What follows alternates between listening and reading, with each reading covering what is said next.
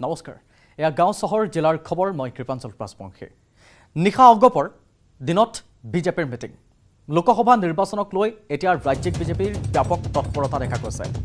এয়া আমি পোনপটীয়া সম্প্ৰচাৰৰ দৃশ্য দেখুৱাইছো আপোনাক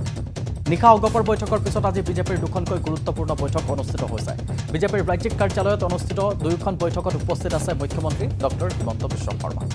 অৱশ্যে এই মুহূৰ্তত আমি বিজেপিৰ সভাপতি ভৱেশ কলিতাক দেখুৱাইছো পোনপটীয়া সম্প্ৰচাৰত আৰু এয়া যোগদান কাৰ্যসূচী যেহেতু ৰাজ্যিক বিজেপিৰ কাৰ্যালয়ত যোগদান কাৰ্যসূচীও আছে ইয়াত চাহ অধ্যুষিত বহু সংখ্যক নেতাই যোগদান কৰাৰ কথা বিজেপিত যোগদান কৰাৰ কথা প্ৰথমখন বৈঠক পৌৰ নিগম পৌৰপতি আৰু পাৰিষদৰ সৈতে সাংগঠনিক দিশত মুখ্যমন্ত্ৰীয়ে আলোচনা কৰিছে আৰু দ্বিতীয়খন বৈঠকত বিটিআৰ সম্পৰ্কত আলোচনা কৰা হ'ব আৰু এই আলোচনাত উপস্থিত বিটিআৰৰ দায়িত্বত থকা বিষয়ববীয়াসকল হীৰকজ্যোতি মালাকৰ আমাৰ সৈতে পোনপটীয়া সম্প্ৰচাৰত সংযুক্ত হৈ আছে আমি হীৰকৰ ওচৰলৈ যাব বিচাৰিছোঁ হীৰক আমি এই মুহূৰ্তত দেখিলোঁ যি দৃশ্য অৰ্ধেকাংশ দেখা পালোঁ সেয়া নিশ্চয় এক যোগদান কাৰ্যসূচী আছিল আপোনাৰ পৰা জানিম ফোনিয়াই নিশ্চয়কৈ এক যোগদান কাৰ্যসূচী অনুষ্ঠিত হৈ গ'ল য'ত চাহ মজদুৰ সংঘৰ কেইবাটাও নেতাই এই মুহূৰ্তত যোগদান কাৰ্যসূচীত বিজেপি যোগদান কৰিছে লগতে চাহ জনগোষ্ঠীৰ কেইবাটাও নেতাই এই মুহূৰ্তত বিজেপি যোগদান কৰা দেখিবলৈ পোৱা গৈছে আৰু লগতে এই মুহূৰ্তত যিহেতু ৰাজ্যিক বিজেপি সভাপতি ভৱেশ কলিতা ডাঙৰীয়া আছে লগতে চাহ জনগোষ্ঠীৰ কেইবাজনো যিহেতু মন্ত্ৰী মুখ্য চাহ জনগোষ্ঠীৰ কেইবাজনো বিধায়ক আছে দেখিবলৈ পোৱা গৈছে আৰু মই ক'ব বিচাৰিম যে দুখনকৈ আজি যিহেতু বৈঠক অনুষ্ঠিত হৈছিলে প্ৰথমখন বৈঠক যিহেতু গুৱাহাটী মহানগৰী যি মেয়ৰৰ লগতে আন যি পাৰিষদ আছিলে পাৰিষদৰ সৈতে বৈঠক অনুষ্ঠিত হৈছিল আৰু দ্বিতীয়খন বৈঠক যিহেতু বিটিআৰক লৈ এই বৈঠক অনুষ্ঠিত হৈছিল আৰু দুইখন বৈঠক ইতিমধ্যে সমাপ্ত হৈছে বিটিআৰ বৈঠকখনৰ মেইনলি মূলতঃ লোকসভা নিৰ্বাচনক লৈ যে আলোচনা কৰা হৈছিল বিটিআৰত তেওঁলোকে কেনেদৰে এই সাংগঠনিক ব্যক্তি শক্তিশালী কৰিব তাৰ প্ৰতি লক্ষ্য ৰাখি তেওঁলোকে এই বৈঠকখন আয়োজন কৰিছিল আৰু এই মুহূৰ্তত দেখিছে যে ৰাজ্যিক বিজেপি সভাপতি ভৱেশ কলিতাই এই মুহূৰ্তত যিসকল যোগদান কাৰ্যসূচীত অংশগ্ৰহণ কৰিলে বা বিজেপিত যোগদান কৰিলে তেওঁলোকক উদ্দেশ্যি বা ভাষণ প্ৰদান কৰি আছে আৰু ভাষণ প্ৰদান কৰিছে আৰু তেওঁলোক আৰু আমি পুনতে সেই ভাষণৰ মাজত যাব বিচাৰিম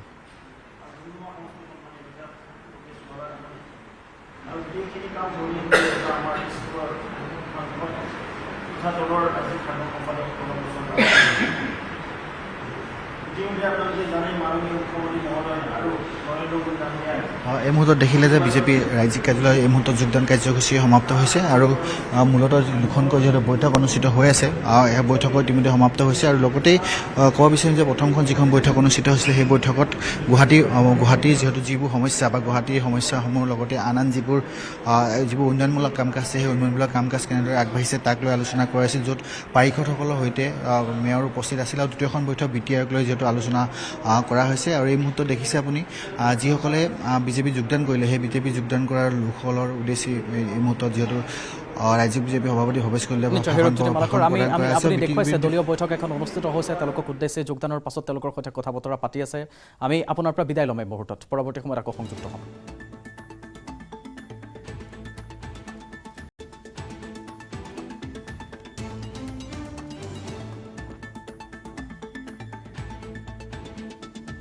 আৰু বিজেপিৰ ৰাজ্যিক কাৰ্যালয়ত দুখনকৈ ইতিমধ্যে বৈঠক আছে মুখ্যমন্ত্ৰীগৰাকীক তাত উপস্থিত হোৱা পৰিলক্ষিত হৈছে এখন তেওঁলোকৰ দলীয় বৈঠক এখন আমি পোনপটীয়া সম্প্ৰচাৰত দেখুৱালোঁ সেইখন দলীয় বৈঠক অনুষ্ঠিত হৈছে তেওঁলোকৰ যোগদান কাৰ্যসূচীত অংশগ্ৰহণ কৰা লোকসকলৰ সৈতে কথা বতৰা পাতি আছে সভাপতি ভৱেশ কলিতাই আনখন বৈঠকত উন্নয়নৰ কথা গুৱাহাটীখনৰ উন্নয়নৰ কথা ৰাজ্যিক উন্নয়নৰ কথা পতা হ'ল মুখ্যমন্ত্ৰীগৰাকীয়ে তাত উপস্থিত থাকি তেখেতে কাৰ্যসূচীত অংশগ্ৰহণ কৰা পৰিলক্ষিত হ'ল কিন্তু এটা বিশেষ তাৎপৰ্য বহন কৰা বিষয় যে অগপৰ মিটিং নিশা হৈছিল কালি আৰু তেওঁলোকে তাত সিদ্ধান্ত গ্ৰহণ কৰিছিল যে তেওঁলোকক কেইখন আসন লাগিব আৰু তাৰ পাছত আজি বিজেপিৰ এখন বৈঠক যথেষ্ট তৎপৰতা বৃদ্ধি পাইছে বিজেপিৰ এই মুহূৰ্তত আগন্তুক নিৰ্বাচনক লৈ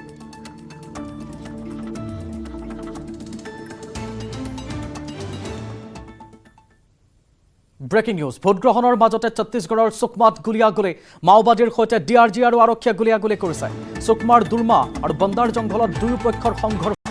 ভোটগ্ৰহণ কেন্দ্ৰত বাধাগ্ৰস্ত কৰাৰ বাবে আহিছিল মাওবাদী ইতিমধ্যে ছত্তীশগড়ৰ পৰা ৩ নম্বৰ খবৰ এইটো অপ্ৰীতিকৰ ঘটনা সংঘটিত হোৱা কালি এটা সংঘটিত হৈছিল আইডি বিস্ফোৰণ দিনৰ ভাগত ৰাতিপুৱাৰ ভাগত আন এটা আইডি বিস্ফোৰণৰ খবৰ আৰু এইবাৰ ছত্তীশগড়ৰ সুকমাত গুলিয়াগুলিৰ খবৰ আহিছে মাওবাদীৰ সৈতে ডিআৰজিৰ ভোটগ্ৰহণৰ ঘটনা সংঘটিত হৈছে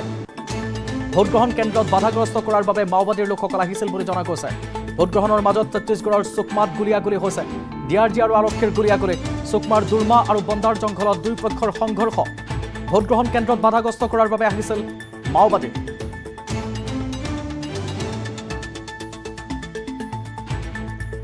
আৰু এই মুহূৰ্তত আমি ছত্তীশগড়ত পোনপটীয়া সম্প্ৰচাৰলৈ যাব বিচাৰিছোঁ। ছত্তীশগড়ৰ সাংবাদিক লঞ্জেশ্বৰ মাউতা আমাৰ সৈতে পোনপটীয়া সম্প্ৰচাৰ সংযুক্ত হৈছে।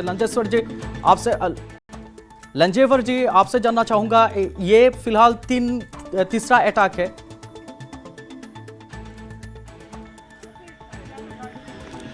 बिल्कुल, देखिए इस वक्त हम जहां पर खड़े हैं यहाँ से करीबन 45 किलोमीटर दूर पर यह घटना हुई है और डूरमा और बंडा के जंगलों में पुलिस और डीआरजी पुलिस और नक्सलियों के बीच में गोलीबारी हुई है और अगर हम बात करें फायरिंग हुई है। और चूंकि ये जो दल है उनका कहना है कि नक्सली जो है वो मतदान को प्रभावित करने के लिए आए हुए थे और इस बीच चूंकि लगातार जो फोर्स है वो गश्त में थी और उसमें डीआरजी के जवान भी थे, तो उन दोनों के बीच में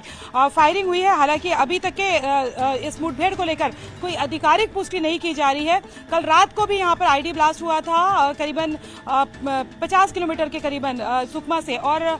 उसमें कोबरा बटालियन के एक जवान जो है वो घायल हुए हैं, उन्हें रायपुर रेफर किया गया है इलाज के लिए। फिलहाल अगर हम बात करें तो हम इस वक्त दोरनापाल में मौजूद हैं और ये दोरनापाल जो है सुकमा जिले के अति संवेदनशील इलाकों में भी यहाँ पर आता है और यहाँ पर भी वोटिंग की जा रही है। हालांकि वोटिंग के पहले अगर हम बात करें तो चूंकि आज वोटिंग का दिन है तो एक तरह से छुट्टी का ही दिन मान करके चलते हैं, लेकिन उसके बाद भी जो नक्सलियों की जो धमकी होती है, जो चेतावनी है, उसका जो असर है वो दिखाई देता ही है। ये जरूर है कि अलग अलग जगहों पे जहां पर मतदान केंद्र बनाए गए हैं वहां पर भी एक आईडी ब्लास्ट होने का खबर आया था, उसके बारे में भी जानना चाहूंगा। बिल्कुल, देखिए वो अल सुबह वही उसी के बारे में मैंने बताया था जिसमें कि कोबरा बटालियन के जो जवान है वो घायल हो गए और उनको रायपुर रेफर किया गया है इलाज के लिए। लेकिन अगर दूसरी तरफ अगर बात करें और थोड़ी देर पहले फायरिंग की खबर आई है यहाँ से करीबन वो जो अप्रोक्सीमेट 45 किलोमीटर वहाँ जगह बताई गई है और वहाँ पर बंडा जो जगह है वहाँ पर फायरिंग की बात कही जा रही है। हालांकि इस फायरिंग में कोई घायल हुआ है या नहीं इसको लेकर कुछ बताया नहीं जा रहा है। इनफैक्ट ये जो फायरिंग है उसकी भी कोई आधिकारिक पुष्टि नहीं की जा रही है। हम इस वक्त मौजूद हैं दोरनापाल में और दोरनापाल में जो है वो यहाँ पर मतदान कराया जा रहा है और यहाँ पे अगर आप बात करेंगे, मैं एक बार अपने कैमरा पर्सन से कहूंगी कि वो जो पूरा जो आप देखेंगे दोरनापाल का इलाका जो है वो एक अनकहा सा सन्नाटा जो है वो जरूर आपको यहाँ पर महसूस होगा। लेकिन उसके बीच बीच मतदान में कोई रुकावट तो नहीं हुआ इसके कारण ममता जी? देखिए मतदान में फिलहाल अगर हम बात करें तो ऐसी कोई रुकावट की बात सामने नहीं आई है, लेकिन ये जरूर है कि फोर्स को अलर्ट कर दिया गया है और जगह जगह पर नक्सलियों ने अगर पहले भी चेतावनी दी थी और उसको लेकर अगर हम बात करें तो हर जगह पे आप जिस तरह से हमने तस्वीर दिखाई थी न्यूज़ 18 के जरिए कि किस तरीके से जो फोर्स है वो जगह जगह पे चेकिंग की जा रही है, सर्चिंग की जा रही है और जो मतदान दल है उसको भी प्रॉपर सिक्योरिटी के बीच में भिजवाया जा रहा है। जो प्रतिनिधि जो प्रत्याशी हैं वो एक बड़ी सिक्योरिटी के बीच में लोगों के बीच में जो है वो अपना वो मतदान केंद्रों तक के प्रचार प्रसार करने के लिए जा रहे हैं। अभी तक के अगर हम बात करें तो मतदान प्रभावित होने की कोई खबर जो है फिलहाल नहीं आई है, लेकिन जब इस तरह की घटनाएं होती है तो कहीं ना कहीं जो है एक थ्रेट जो है वो तो कम से कम लोगों के बीच में आ जाता है। लेकिन जो लंबी लंबी कतारें हैं महिलाओं की, जो पुरुषों की लंबी लंबी कतारें हैं, तो जाहिर तौर पर ये जो कतारें हैं ये कहीं ना कहीं लोकतंत्र की खूबसूरती भी है, लोकतंत्र का सबसे बड़ा पर्व है और जाहिर तौर पर जितना ज्यादा अगर हम बात करें तो बैलेट भारी होगा तो कहीं ना कहीं ये जरूर है कि लोकतंत्र जो है उतना ही ज्यादा मजबूत होगा। और हर बार ये अपील होती रही है कि बुलेट पर बैलेट भारी होना चाहिए। तमाम तरह की चीजें हैं, अगर हम बात करें तमाम तरह के विकास के मुद्दे हैं, तमाम तरह की असुविधाओं की बात भी है, लेकिन वो असुविधाएं जो है या विकास तभी किया जा सकता है जब बैलेट के जरिए आप जनप्रतिनिधि चुनते हैं, सही व्यक्ति को चुनते हैं, ऐसे व्यक्ति को चुनते हैं जो सिस्टम को सुचारू रूप से जो है वो कंटिन्यू कर सके। तो जाहिर तौर पर हम इस वक्त सुकमा जिले में मौजूद हैं और पूरा जो इलाका है वो संवेदनशील इलाके में आता है। यहाँ पर कांग्रेस से कवासी लखमा खड़े हुए हैं, बीजेपी से सोयम मुका खड़े हुए हैं और मनीष कुंजाम सीपीआई से खड़े हुए हैं और अलग अलग जो निर्दलीय भी खड़े हुए हैं। लेकिन इसके बीच में अगर हम बात करें तो मतदान केंद्रों में लंबी लंबी कतारें लगी हुई है। जी लांजेवर जी, धन्यवाद आपका।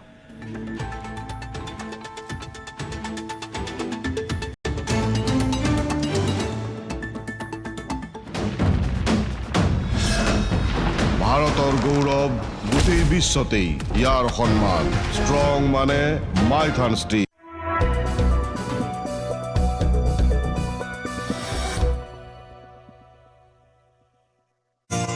বিভিন্ন পক্ষৰ সৈতে কথা বতৰা পাতি বিশেষজ্ঞৰ সৈতে বিজ্ঞানীৰ সৈতে কথা বতৰা পাতি কেনেকৈ চৰকাৰে বন্ধ কৰিব পাৰিব বা ইয়াৰ সৈতে কেনেকৈ এটা সমাধান উলিয়াই ৰাইজক জনতাক সকাহ দিব পাৰিব সেয়া কিন্তু খুব গুৰুত্বপূৰ্ণ হৈ পৰিছে।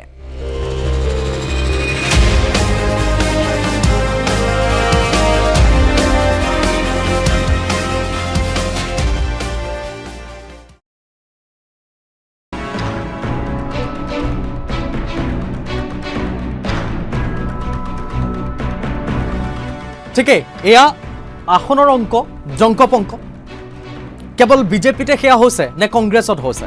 আপোনাক জনাই যাম। আছে 14 লাগে 15 কি হ'ব এতিয়া আসনক লৈ এতিয়া সকলোৰে মাজত ভিতৰি লাগিছে এখন যুদ্ধ। এই যুদ্ধত ৰমেন্দ্ৰ নাৰায়ণ কলিতাই শেহতীয়াকৈ কি ক'লে? আমিতো ইতিমধ্যে 4খন আসনৰ কথা কৈছোঁ যে আমাৰ 14টা লোকসভা সমষ্টিৰ 4খন আসন আমাক দিব লাগে আৰু 4খন আসন যদি আমাক দিয়ে তেতিয়াহ'লে মই ভাবোঁ যে আমি 4খন আসনতে আমি জয়যুক্ত হ'ব পাৰিম। যি সময়ত বিজেপিৰ সভাপতিগৰাকীয়ে এজিপিক কৈছে তেওঁলোকক এখন আসন দিব, সেই সময়ত 4খন আসনৰ আশাবাদী ৰমেন্দ্ৰ নাৰায়ণ কলিতা। আনকি তেওঁলোকে কৈছিল যে তেওঁলোক উপযুক্ত অৱশ্যে 7খন আসনত, 7খন স্থানত 7টা সমষ্টিত তেওঁলোক যথেষ্ট ষ্ট্ৰং, তেওঁলোক জিকিবই। তথাপিতো যেহেতু বিজেপি বিগ ব্ৰাদাৰ গতিকে তেওঁলোকে বিচাৰিছে যে ঠিক আছে 4খন আসন আমাক লাগিব, কিন্তু এখন আসন মানি লোৱা নহ'ব। সমষ্টি আমি 4টা মানে 6-7টা টানি আমাৰ কুচকাৱাজ চলাইছোঁ। আমাৰ হৈছে বৰপেটাখন, মঙলদৈ, তেজপুৰ, আমাৰ গুৱাহাটী, কাজিৰঙা আৰু ইফালে যোৰহাট, এনেকৈ এইকেইটা সমষ্টিয়ে আমাৰ কাৰণে যথেষ্ট মানে ভাল চিট বুলি আমি ইতিমধ্যে গণ্য কৰিছোঁ। সেইদিনা যেতিয়া ভৱেশ কলিতাই কৈছিল যে অগপক এখন আসন দিয়া হ'ব অসম গণ পৰিষদক,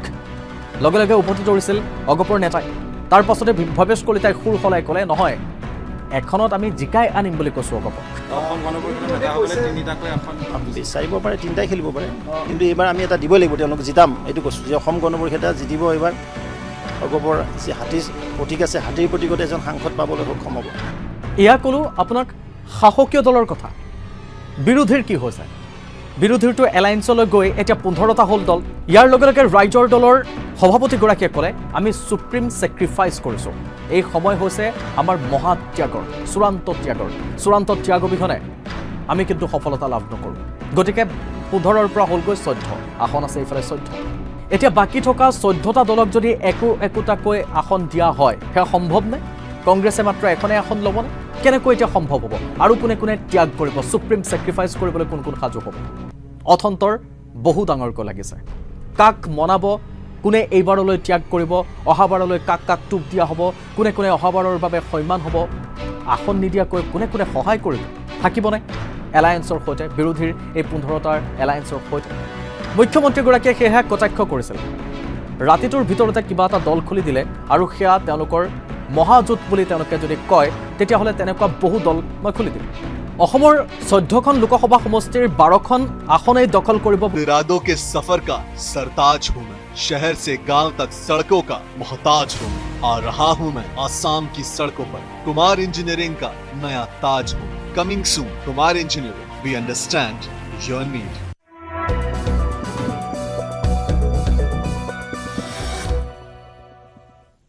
দীপাৱলী উপলক্ষে নিউজ 18 অসম নৰ্থ ইষ্টৰ উদ্যোগত বিশেষ আয়োজন Kumar engineering presence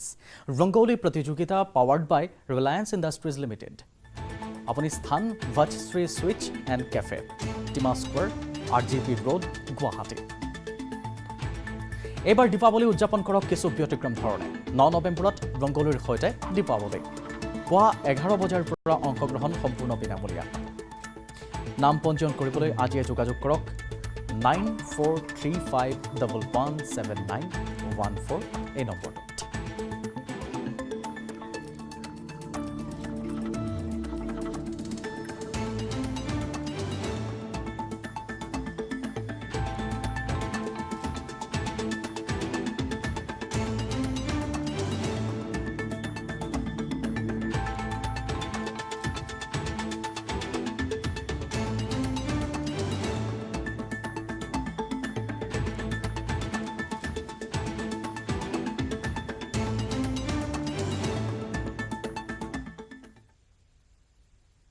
breaking news Mizoram আৰু ছত্তীশগড় বিধানসভা নিৰ্বাচনৰ ভোট গ্ৰহণ অব্যাহত আছে পুৱা 11 বজালৈ মিজোৰামত 32.68% ভোটদান হৈছে ছত্তীশগড়ত 22.97% ভোটদান হৈছে আমি এই মুহূৰ্তত আপোনাক পাৰ্চেন্টেজ জনাইছো ভোট গ্ৰহণৰ মিজোৰাম আৰু ছত্তীশগড় ভোট গ্ৰহণ অব্যাহত আছে পুৱা 11 বজালৈকে মিজোৰামত 32.68% ভোটদান হৈছে ছত্তীশগড়ত 22.97% ভোটদান সাব্যস্ত কৰিছে আৰু 4 বজালৈকে ভোট গ্ৰহণ প্ৰক্ৰিয়া অব্যাহত থাকিব দুইখন ৰাজ্যত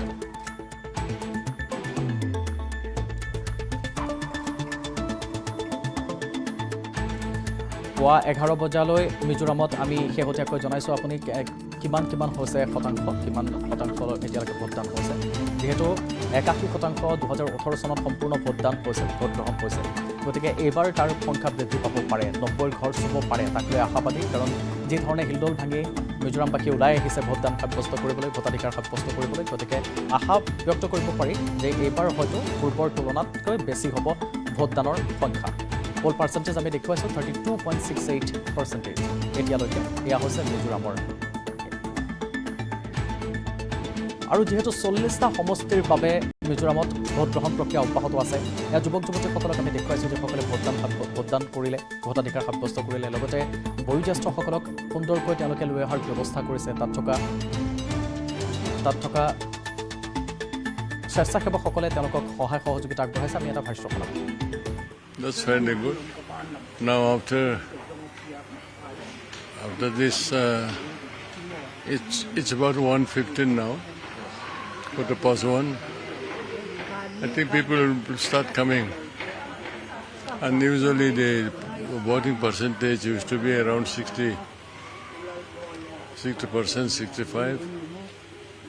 So I think that is,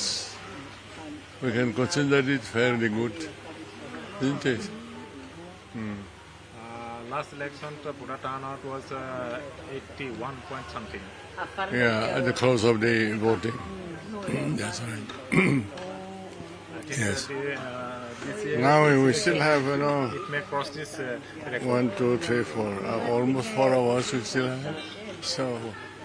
there's still time for voters to come. Chief Minister claimed that his party will going to form the Pardon me? Chief Minister. Chief Minister. I think, I see he promised so many things which he has not, could not fulfill. And now his term is almost over. And there's anti-incumbency feeling also. So I don't think the MNF has a chance of coming back, any chance of coming back. Congress is going to form? I hope so, under the new leadership, very good leadership, strong leadership, and the people are joining my party, so under the new president, I think we shall form a stable government. Thank you. Question? আছে আৰু আমি পোনপটীয়া সম্প্ৰচাৰত আপোনাক এই এড্ৰেছত দেখুৱাইছোঁ এয়া বয়োজ্যেষ্ঠসকল ওলাই আহিছে অশীতিপৰ যথেষ্ট বয়োজ্যেষ্ঠক দেখা গৈছে তাৰ ভিতৰত কোনো 101 কাৰোবাৰ 102 বয়স তেওঁলোকেও ভোটদান সাব্যস্ত কৰিবলৈ আহিছে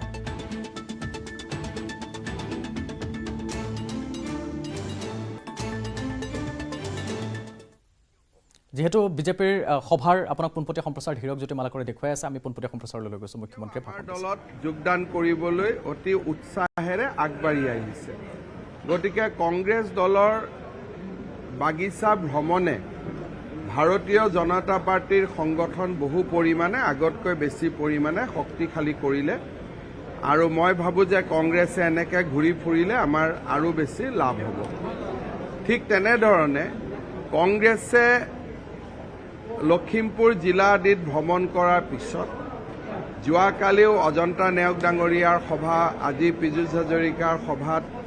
ৰাইজৰ উৎসাহ উদ্দীপনাই একেটা কথাকে প্ৰমাণ কৰিছে যে কংগ্ৰেছে যিমানে ওলাব সিমানে আমাৰ লাভ হ'ব আজি ইয়াৰ সমান্তৰালভাৱে মই আমাৰ বিটিআৰত যিসকল দলৰ কাৰ্যকৰ্তাই কাম কৰি আছে যোৱা এমাহৰ পৰা তেওঁলোকৰ অনুভৱসমূহৰ বিষয়ে বুজ ল'লোঁ আৰু গুৱাহাটীত আমাৰ এখন বিশেষ সাংগঠনিক সভা অকল গুৱাহাটী মহানগৰীৰ কাৰ্যকৰ্তাসকলক লৈ অনুষ্ঠিত হ'ব ডিচেম্বৰ মাহত তাৰ বিষয়েও মই গুৱাহাটী পৌৰ নিগমৰ পাৰিষদসকলৰ লগত আলোচনা কৰিলোঁ এক প্ৰকাৰ ক'ব গ'লে আজি গোটেই ৰাতিপুৱাটো ভাৰতীয় জনতা পাৰ্টিৰ বিভিন্ন সাংগঠনিক দিশৰ ওপৰত আলাপ আলোচনা কৰিবলৈ মই আমাৰ বাজপেয়ী ভৱনতে কটালোঁ পিছবেলা আমাৰ কেবিনেট আছে বিটিআৰত আমাৰ লক্ষ্য হ'ল যে প্ৰত্যেকটো বুথত আমি যাব লাগে আৰু ৰাইজৰ সুখ দুখৰ খবৰ ল'ব লাগে আমাৰ বিটিআৰত 15টা বিধানসভা সমষ্টি আছে প্ৰতিটো বিধানসভা সমষ্টিত 200টা পুলিং বুথ আছে গতিকে আমাৰ দলৰ বিশেষ কাৰ্যকৰ্তাসকলক আমি দায়িত্ব দিছোঁ যে 3000 পুলিং বুথত তেওঁলোকে গৈ আমাৰ বুথ কমিটিৰ সদস্যসকলৰ লগত কথা বতৰা পাতিব আৰু সুখ দুখৰ সমভাগী হ'ব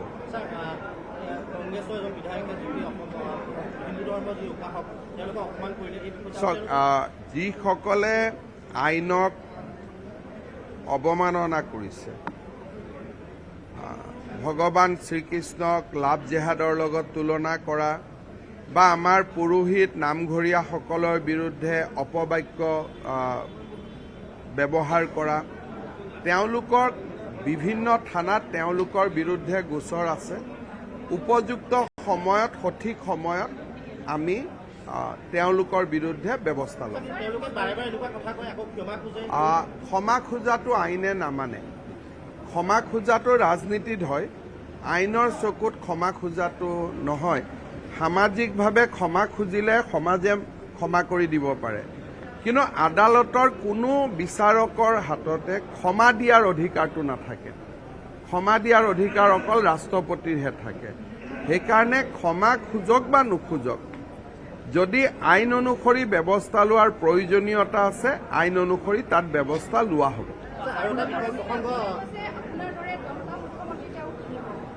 ভালে হ'ল মই বিক্ৰী হৈ যাম কি আছে কিন্তু বিক্ৰী হৈ গ'লে এতিয়া মোৰ ভেলু কিমান অসমৰ এজন মুখ্যমন্ত্ৰীৰ বাজেট হ'ল বৰ্তমান 1.5 লাখ কোটি টকা হিমন্ত কিনাটো বেলেগ কথা মই সৰু মানুহ কিনিব পাৰে কিন্তু যদি 10জন মুখ্যমন্ত্ৰী কিনে তেতিয়াহ'লে আজমলৰ 1.5 লাখ পূৰণ 10 তাৰমানে 15 লাখ কোটি টকা লাগিব সিমান তেওঁৰ আছেনে নাই তেওঁ সুধি লওক আছে যদিতো ভালেই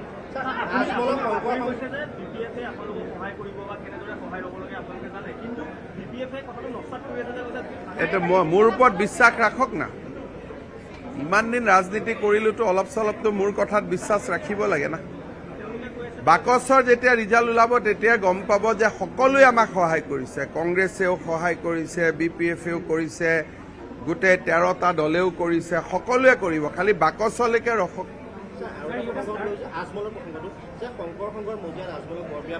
চাওক এইটো লৈ যোৱাকালি আমাৰ সাংসদ পবিত্ৰ মাৰ্ঘেৰিটা ডাঙৰীয়াই মতামত দিছে বৰদোৱা থানত যেতিয়া আজমল যায় বা শংকৰ সংঘত যেতিয়া আজমল যায় তেতিয়া আমাৰ মনটো ব্যথিত কৰি তোলে কিন্তু শংকৰ সংঘই সিদ্ধান্ত ল'ব লাগিব জাতীয় অনুষ্ঠান এটা বটদ্ৰৱা থান পৰিচালনা সমিতিয়ে সিদ্ধান্ত ল'ব লাগিব জাতীয় অনুষ্ঠান যে এনেবোৰ অনুষ্ঠানত তেওঁক মতাটো উচিত নে অনুচিত কিন্তু তেওঁলোকে যেতিয়া এইবোৰ অনুষ্ঠানত যায় আমাৰ মানুহে যেতিয়া তেওঁলোকক ভৰিত ধৰি সেৱা কৰি গামোচা পিন্ধায় স্বাভাৱিকভাৱে আমাৰ মনটো ব্যথিত কৰি তোলে ক্ষোভিত কৰি তোলে কিন্তু তাতকৈ ইমান ডাঙৰ এটা জাতীয় অনুষ্ঠান তাতকৈতো আৰু মই শব্দ ব্যৱহাৰ কৰিব নোৱাৰো এনেই মোক এনেই কৰে মা এইটো কোনো এনেকুৱা অসমত মানুহ নাই যাক মই বিচাৰিলে বিনম্ৰতাৰে ধমকি দিলে কোনেও নকৰে বিনম্ৰতাৰে সৈতে মই সহায় খুজিলে মোক চবেই সহায় কৰে কোনজন মানুহ অসমৰ ৰাজনীতিত আছে মোক এটা নাম দেখুৱাই দিয়ক যে অমুকে সহায় নকৰে